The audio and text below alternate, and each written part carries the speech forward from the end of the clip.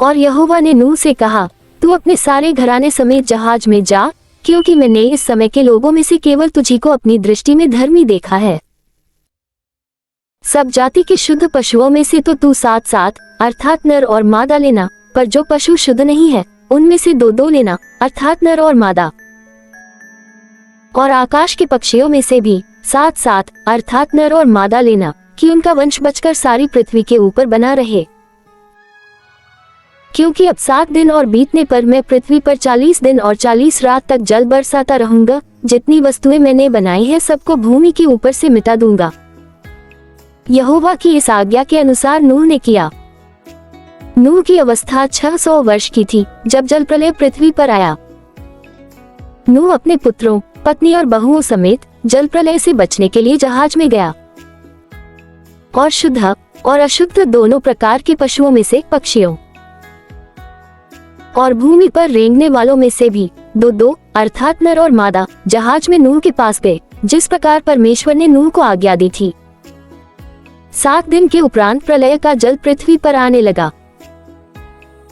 जब नूह की अवस्था के 600वें वर्ष के दूसरे महीने का 17वां दिन आया, उसी दिन बड़े गहरे समुद्र के सब सोते फूट निकले और आकाश के झरोखे खुल गए, और वर्षा 40 दिन और 40 रात निरंतर पृथ्वी पर होती रही।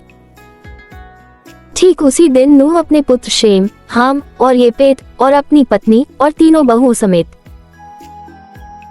और उनके संग एक एक जाति के सब बनेले पशु और एक एक जाति के सब घरेलू पशु और एक एक जाति के सब पृथ्वी पर रेंगने वाले और एक एक जाति के सब उड़ने वाले पक्षी जहाज में गए। जितने प्राणियों में जीवन की आत्मा थी उनकी सब जातियों में से 2-2 नूह के पास जहाज में गए, और जो गए वो परमेश्वर की आज्ञा के अनुसार सब जाति के प्राणियों में से नर और मादा गए। तब यहोवा ने उसका द्वार बंद कर दिया, और पृथ्वी पर 40 दिन तक प्रलय होता रहा, और पानी बहुत बढ़ता ही गया, जिससे जहाज ऊपर को उठने लगा और वह पृथ्वी पर से ऊंचा उठ गया।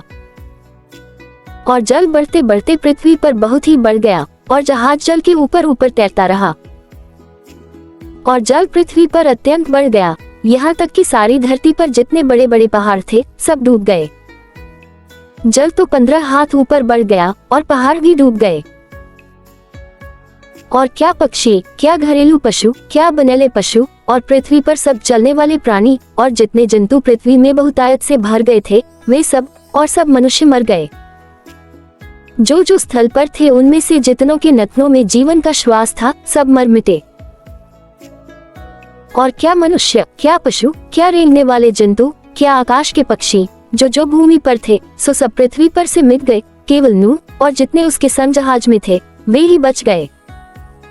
और जल पृथ्वी पर 150 दिन तक प्रबल रहा।